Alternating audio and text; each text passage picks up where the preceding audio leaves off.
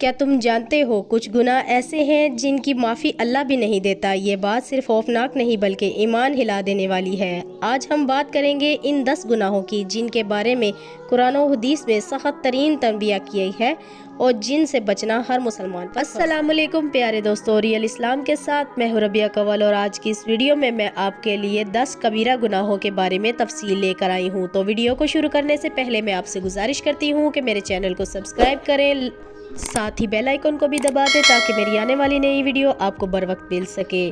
اسلام عام طور پر اللہ تعالیٰ کی رحمت اور مغفرت کی وسعت پر زور دیا گیا ہے، لیکن کچھ گناہ ایسے ہیں جنہیں بہت سنگین سمجھا گیا ہے، جن کے بارے میں سخت وعید آئی ہے۔ ان میں سے کچھ گناہ کی معافی بغیر توبہ کے ممکن نہیں، اور کچھ ایسے بھی ہیں جن کی معافی صرف اللہ کی مرضی پر موقف ہے، یا جن کی معافی متاثرہ شخص کے حقوق واپس کیے بغیر ممکن نہیں۔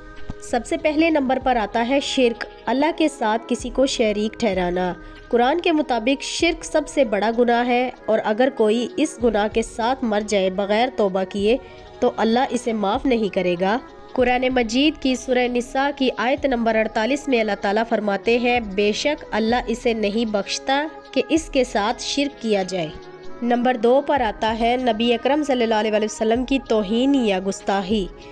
نبی اکرم صلی اللہ علیہ وسلم کی شان میں گستاخی ایک ناقابل معافی جرم ہے، اور اسلامی قانون میں اس پر سخت سزا مقرر ہے۔ نمبر 3 پر آتا ہے والدین کی نافرمانی۔ والدین کی نافرمانی جنت سے محرومی کا سبب بن سکتی ہے جب تک انسان توبہ نہ کرے گا اور والدین کو راضی نہ کرے گا۔ شریف میں آتا ہے، جس نے والدین کو ناراض کیا اس نے اللہ کو ناراض کیا۔ نمبر 4 پر آتا ہے قتل ناحق، بغیر حق کے کسی کو قتل کرنا۔ یہ سنگین ترین گناہ ہے۔ اگر مقتول کے ورثہ معاف نہ کریں تو آخرت میں اس کی سخت سزا ہے۔ قرآن مجید میں آتا ہے، جس نے ایک انسان کو ناحق قتل کیا گویا اس نے پوری انسانیت کو قتل کیا۔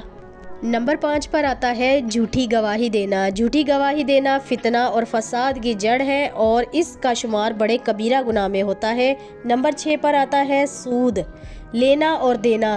سود کو اللہ اور رسول صلی اللہ علیہ وسلم کے خلاف اعلان جنگ کا قرار دیا گیا ہے۔ قرآن مجید کی سورہ بقرہ میں آتا ہے، اللہ تعالیٰ فرماتے ہیں، اللہ نے سود کو حرام قرار دیا ہے۔ 7 پر آتا ہے زنا، بدکاری۔ زنا کبیرہ گناہ ہے، اگر توبہ نہ کی جائے تو دنیا و آخرت میں سخت سزا ہے۔